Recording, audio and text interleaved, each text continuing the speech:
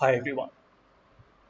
Let us see how we can use the spreadsheet service and get data from our worksheets. I'm going to start by writing some values in column A, B, and C. So let us say we have some names written here, and then we have the sales value and the profit value. So I'm going to write three names here, Havish, Anmol, and Talha. Sales is 10, 30, and 20. And then we have 15, 10, and 25. Let's make this 40. I will also format it properly so that it all looks uniform. That's better. Now, if you notice, we have data in A1 all the way up till C4.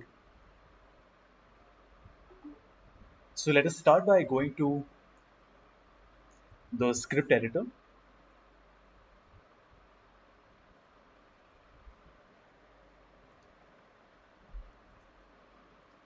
And the first thing we want to do is to get the name of our sheet. So that would be function get name. And we can write constant ss is equal to spreadsheet app dot get active, and then constant name is equal to ss dot get name. So this is fairly straightforward. When we do a console log of name, you can see that we are first taking the active spreadsheet. Then from that spreadsheet, we are taking the name. And then finally, we are able to display it in the console log. So when we run it, let me run it once again. It tells me untitled spreadsheet. Now, if we change it and I call it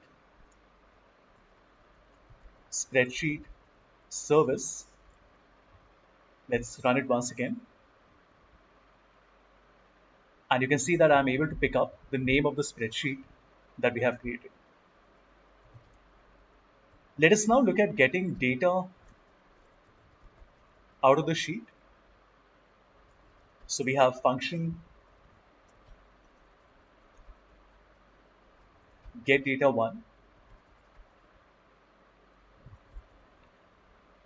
First, we will take our spreadsheet app, get active.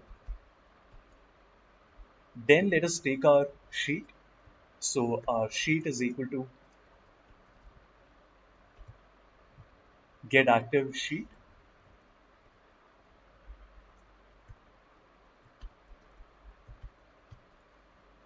After that, we want to get the data, which would be dot get data range.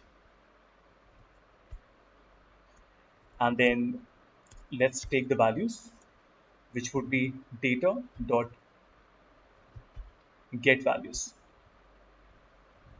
Let us do a console log of values. Let's run the function get data 1.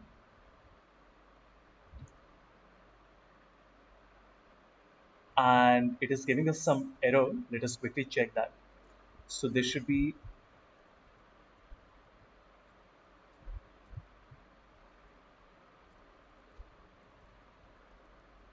data dot get values. Run it one more time. And as you can see, it gives us the entire array. So this is one major array inside which each row is coming as an array. So the first array has the names, the titles in it. Then I have Havish 10, 15, Anmol 30, 10, and Talha 40, 20, like this. So this is great, but we can also look at a more direct method of doing the same thing. So let's have a function get data to, and here we want to take sheet spreadsheet up, get active sheet.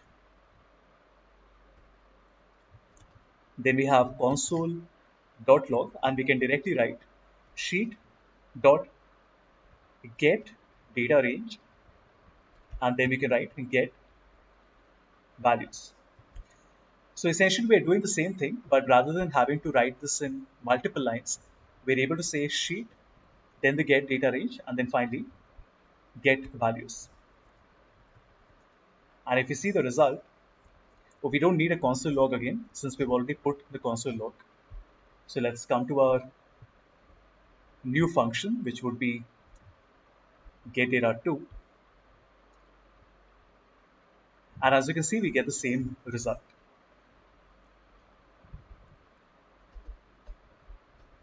All right.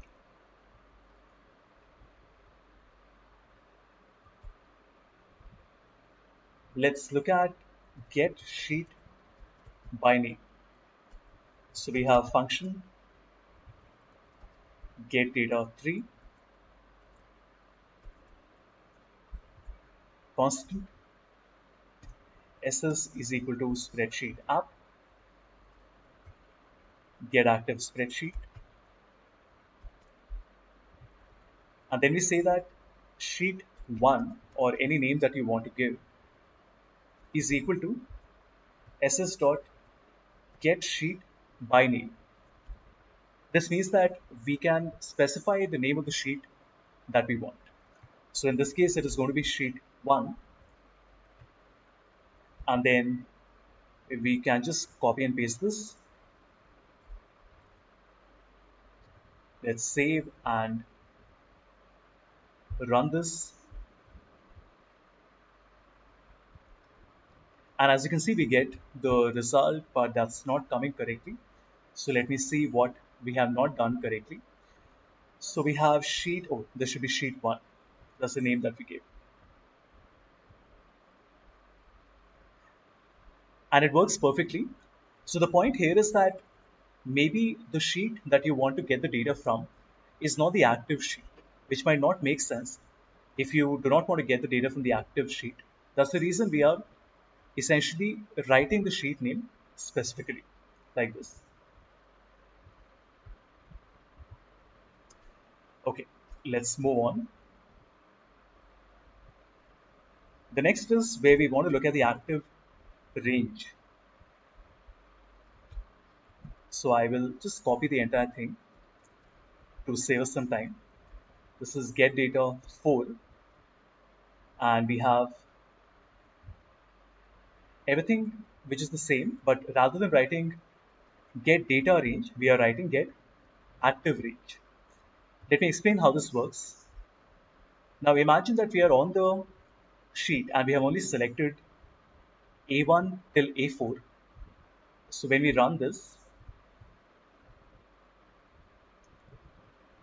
you can see that it only picks up the values that we selected. If I had selected, let's say, the first two rows, and we run it again, this time it picks the first two rows like this. So whatever is the area that the user has selected, we will be able to get that. Next, we want to get the data by A1 notation. So this is a slightly different way of working. And what we are saying here is that we will start the same way, but after that, rather than writing active range or data range, we want to say that let the data be equal to sheet1 dot get range, and here we can specify the range that we want. So I will write A1 colon C3, or rather C4, and then we say dot get values. Then we have console log of data. Let's run the code. So that would be get data 5. Okay, it is telling me there is some error. So let me quickly check that. Okay, this does not need to close.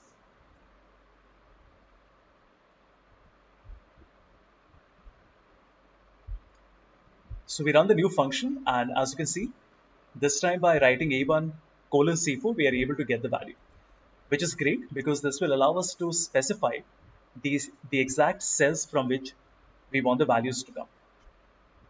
And finally, we can also get the data by the range coordinates. So let me copy this. And what we're doing here is that we will not write a1 colon c4, but we will just write 1 comma 1. As you can see, this allows me to select the row and the column.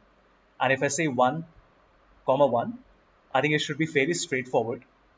So when we run get data 6,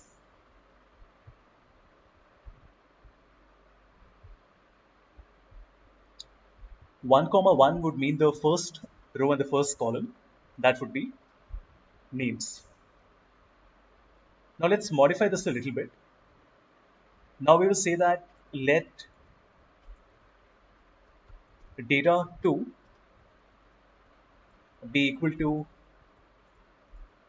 not 1 comma 1 but 1 comma 1, and you notice that there are additional arguments here, so we can specify the number of rows and columns.